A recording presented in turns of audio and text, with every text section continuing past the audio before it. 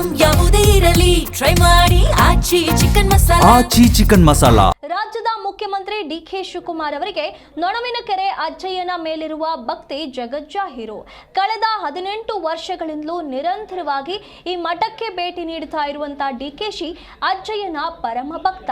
ರಾಜಕೀಯವಾಗಿ ತಾವು ಯಾವುದೇ ಪ್ರಮುಖ ಹೆಜ್ಜೆ ಇಡುವ ಮುನ್ನ, ಕೆಪಿಸಿಸಿ ಅಧ್ಯಕ್ಷ ಗಾದಿ ಏರುವ ಮುನ್ನ ಹಾಗೂ ಮಹತ್ವದ ನಿರ್ಧಾರಗಳನ್ನು ತೆಗೆದುಕೊಳ್ಳುವ ಮುನ್ನ ಅಜ್ಜಯ್ಯನ ಆಶೀರ್ವಾದ ಪಡೆಯುವುದನ್ನು ಶಿವಕುಮಾರ್ ಎಂದೂ ಕೂಡ ಮರೆತಿರಲಿಲ್ಲ. ಅಜ್ಜಯ್ಯನ ಆಶೀರ್ವಾದವೇ ತಮ್ಮ ರಾಜಕೀಯ ಯಶಸ್ಸಿನ ಹಿಂದಿನ ಶಕ್ತಿ ಅನ್ನೋದು ಡಿಕೆಶಿ ಅವರ ಅಚಲ ನಂಬಿಕೆ. ಹೌದು, ಕಳೆದ 2023ರ ವಿಧಾನಸಭಾ ಚುನಾವಣೆ ಮುಗಿದು ಫಲಿತಾಂಶ ಬರುವ ಮುನ್ನ ಡಿಕೆಶಿ ಅಜ್ಜಯ್ಯನ ಮೊರೆ ಹೋಗಿದ್ರು. ಆ ಬಳಿಕ ಅವರಿಗೆ ಡಿಸಿಎಂ ಪಟ್ಟ ಒಲಿದಿತ್ತು. ಉಪಮುಖ್ಯಮಂತ್ರಿಯಾದ ತಕ್ಷಣವೇ ಸಂಸಾರ ಸಮೇತರಾಗಿ ನೊಣವಿನಕೆರೆಗೆ ಧಾವಿಸಿದ್ದ ಡಿಕೆಶಿ ಮಠದಲ್ಲಿ ವಿಶೇಷ ಮೃತ್ಯುಂಜಯ ಹೋಮದಲ್ಲಿ ಭಾಗಿಯಾಗಿದ್ರು.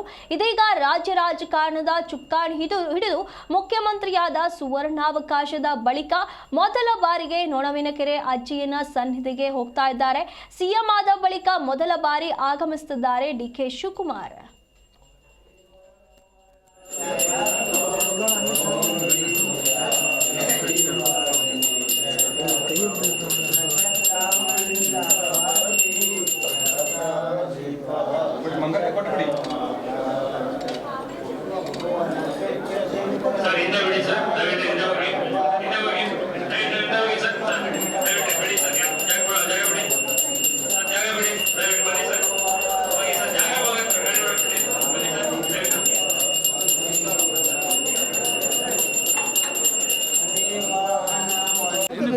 ಇಲ್ಲಿ ಬಂದ್ಬಿಡಿ, ಹಿಂದೆ ಬಂದ್ಬಿಡಿ.